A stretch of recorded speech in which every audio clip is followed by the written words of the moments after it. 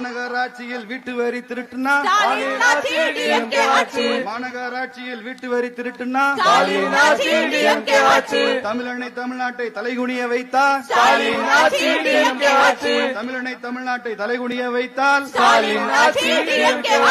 மக்கள் கூட்டம் வயிறு எரிஞ்சா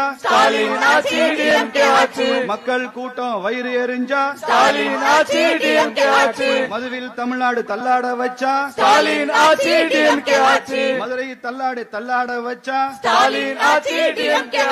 மாநிலம் முழுசும் கஞ்சா கிடைச்சா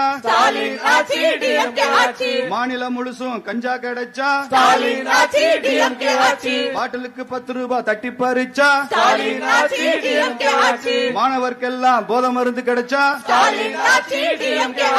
அரசு ஊழியர் வயிற்றில் அடிச்சா